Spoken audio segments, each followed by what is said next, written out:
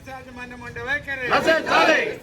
RTC యాజమాన్యం ఉండే వైఖరి నశించాలి. ఆర్టీసీ యాజమాన్యం ఉండే వైఖరి నశించాలి. రద్దు చేయాలి అక్రమ సస్పెన్షన్లు అంటనే రద్దు చేయాలి ఏలూరు డిపోలు అక్రమ సస్పెన్షన్లు అంటనే రద్దు చేయాలి ఏలూరు డిపోలు అక్రమ సస్పెన్షన్లు అంటనే రద్దు చేయాలి ఏలూరు డిపోలు అక్రమ సస్పెన్షన్లు అంటనే సమగ్ర విచారణ జరపాలి ఏలూరు డిపోలో ఆయిల్ బంక్ మీద అంటనే సమగ్ర విచారణ జరపాలి ఏలూరు బంకుల అవినీతిపై అంటనే సమగ్ర విచారణ జరపాలి ఏలూరు ఆయిల్ బంకుల అవినీతిపై అంట విచారణ జరపాలి ఏలూరు డిపో ఆయిల్ బంక్ మీద అంటనే సమగ్ర విచారణ జరపాలి ఏలూరు బంక్ అవినీతిపై అంటనే సమగ్ర విచారణ జరపాలి ఏలూరు బంక్.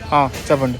ఏపీఎస్ఆర్టీసీ అదనపు ఆదాయాన్ని పెంచుకునే దాంట్లో భాగంగా 2018లో అప్పటి ఎండీ గారైనటువంటి సురేంద్రబాబు గారు రాష్ట్ర వ్యాప్తంగా ఒక 18 స్థలాలను గుర్తించి అందులో 10 స్థలాల్లో హెచ్పిసిఎల్ పెట్రోల్ బంక్ హెచ్పిసిఎల్ కంపెనీతోటే ఒప్పందాలు కుదుర్చుకొని 10 దగ్గర ఏర్పాటు చేయడం జరిగింది. ఈ 10 దగ్గర ఏర్పాటు చేసినప్పటికీ అందుకు సంబంధించినటువంటి నియమ నిబంధనలు ఏమీ రూపొందించకుండా కాంట్రాక్ట్ సిస్టంలో ఈ యొక్క పెట్రోల్ బంకుల నిర్వహణ జరిగింది.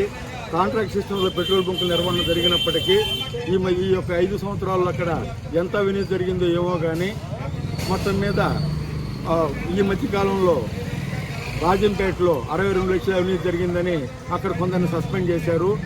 అదేవిధంగా ఏలూరులో కూడా 83 లక్షల అవినీతి జరిగిందని చెప్పి ఇక్కడ కూడా ఒక అందరి దగ్గర డబ్బులు కడితే మేము మీ సస్పెన్షన్ చేయము, డబ్బులు కట్టకపోతే మాత్రం సస్పెండ్ చేస్తామని చెప్పి చాలామందిని బెదిరించి ఆ విధంగా 53 లక్షలు రికవరీ చేసి మేము అసలు ఎలాంటి సంబంధం లేనటువంటి మా యొక్క రాష్ట్ర అధ్యక్షులను కూడా సస్పెండ్ చేశారు.